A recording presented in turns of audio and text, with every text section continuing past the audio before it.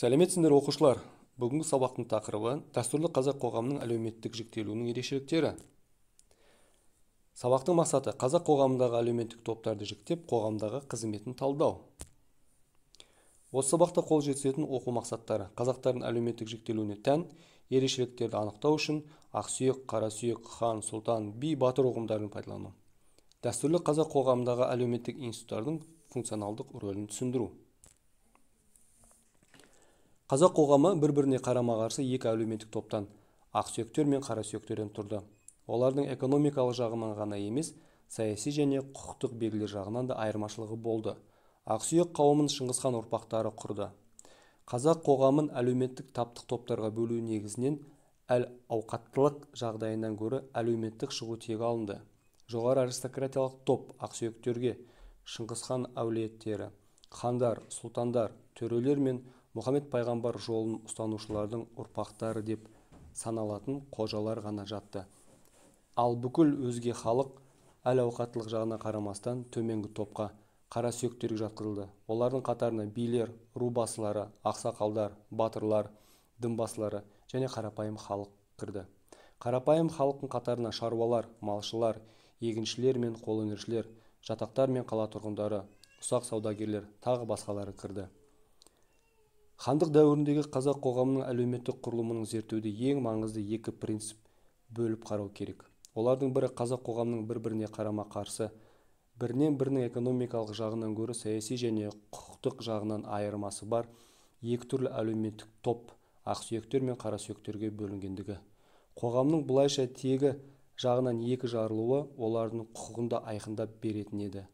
Бұл принцип өте қатаң сақталды.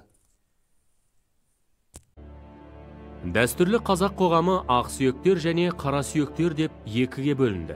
Ақсүйектерге Шыңғысханнан тараған ұрпақтар төрелер жатты. Төрелерден хандар мен сұлтандар тарады. Жасақ заңы Шыңғыс ұрпақтарының билігін мәңгілік ету және олардың артықшылығын сақтауды негізге алды. Хан қазақ қоғамындағы мемлекет басшысы. Қазақ хандары Шыңғысханның үлкен ұлы Жошыдан тарайды. Хан мемлекеттік, әскери және азаматтық билікті иеленді. Ол мемлекетті басқарумен бірге әскердің бас қолбасшысы саналды. Сұлтандар ханнан кейінгі билікті иеленушілер, ұлыс басшылары. Сұлтандар ханның тірегі саналып, үлкен құрметке ие болды. Олардың арасынан хан сайланды. Сұлтандар жергілікті әкімшілік билікті атқарды. Сондай-ақ олар әскери биліктің де, сот билігінің де тізгінін ұстады. Қожалар ақсүйектердің екінші тобын құрады. Оларды асыл сүйектер деп те атады. Қожалар ислам дінін алғашқы таратушылардың ұрпақтары саналады. Қожалар ислам дінін насихаттаумен діни оқу ағарту ісімен айналысты.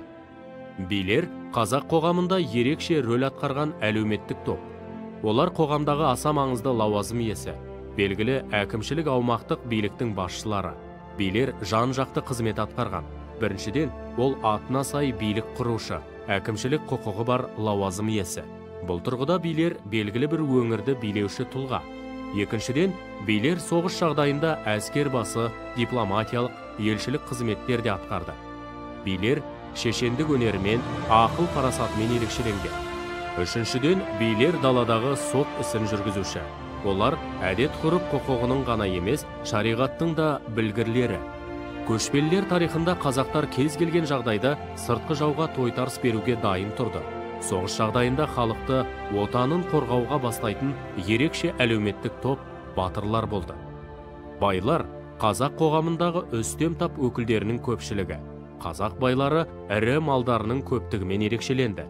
Олар байлығының арқасында үлкен жайылымдар мен тоғандарға иелік еткен. Қорытынды. 15-18 ғасырлардағы қазақ қоғамы иерархиялы ұйымдастырылған әлеуметтік құрылым болды. Оның басында хан тұрды. Жоғарғы сословиені Шыңғысхан ұрпақтары, сұлтандар мен мұсылмандар аристократиясы, қожалар құрады.